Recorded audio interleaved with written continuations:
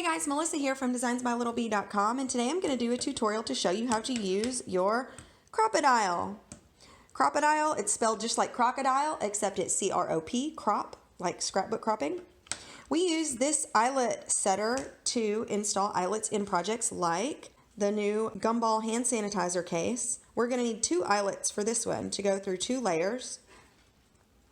We've had a bunch of group members post recently in our Facebook group at facebook.com/groups/designsbylittlebee group that they bought their Crop-a-Dile and then they either threw away the instructions or they just don't understand how to do it. I know there are a lot of visual learners out there, so I thought I would make a little video tutorial to show you how we do it. So here are the things that you'll need. You'll need your Crop-a-Dile. I got mine on Amazon. You can get it at most most craft stores. I've seen it at Michael's. It's like $29.99, so don't forget your coupon. You will also need something that you need eyelets installed in, so I'm going to use this. You need a couple of eyelets.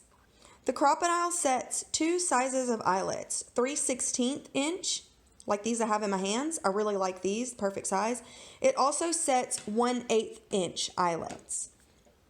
Now those are pretty small, and in my opinion, it's hard to get a keychain through that small of an eyelet, so I don't really like to use that size. I've also seen at Michael's a size of eyelet over in the like sewing/upholstery section that are a really weird number. It's like 5/32 or 5/32. Those work with my 3/16 inch in my experience, so you can grab those too, but I prefer 3/16. You'll also need some kind of keychain hardware. I got these on Amazon as well. These are awesome for these projects because they have a big, wide mouth to get through your project without too much manual manipulation, which I know is hard for some people. And you won't break a nail. And for this project, since I'm doing a hand sanitizer case, I've also got my Bath & Body Works hand sanitizer that I'm going to insert when I'm done. So here's how we do it. Grab your Crop-a-Dile and look at both sides of the hole punches. This is the hole punching apparatus, this side and this side. Watch what happens when I squeeze the handles. Did you see how those sharp things came out on both sides? Those are your hole punchers.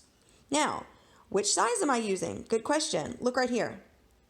See how that says 3/16? Flip it over. See how this one says 1/8? Use the one that is appropriate for your project. I'm going to use 3/16. So, look in the hole, take your project, place it perfectly. Now, learn from me, don't stick your finger in here to hold it because you will smash your finger. Don't ask me how I know that. And look through to where you're punching. Try to line it up nicely. And punch. Okay, you see that? Came right through. Now it did leave, I don't know if I just got a bum Crop-a-Dile, but mine never really punches through all the way, and I usually have to pull off like one little circle, you know, but that's okay. So now your hole is punched, okay? Now you need to use the smooshing apparatus. I like to get super technical. Now you need to use the smooshing apparatus. Now, to know which ones to use, you see how there's multiple. Look, there's one here, there's one here. It's like a cube. Oh, there's one over here too. To know which smoosher to use, you need to refer to the instructions that came with your Crop-a-Dile.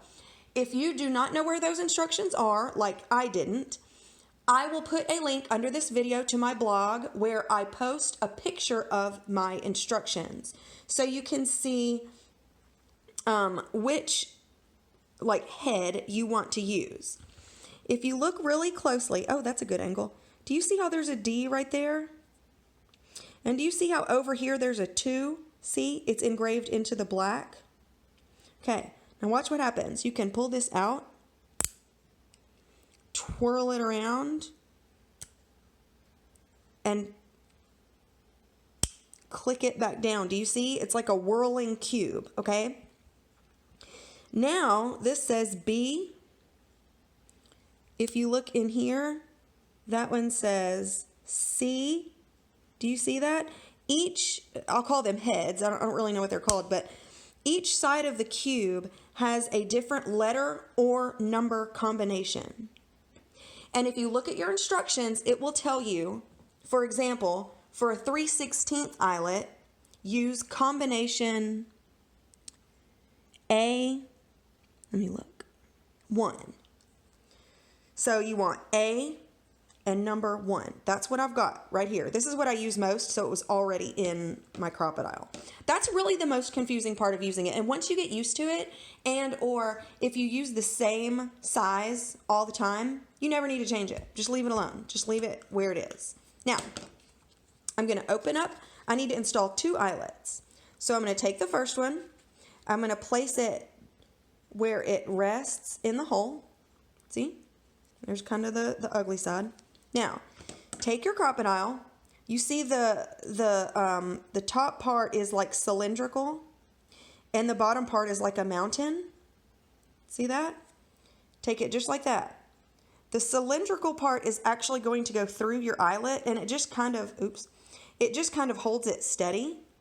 And then the mountain is going to mush your eyelet down. Let me try to do this on camera.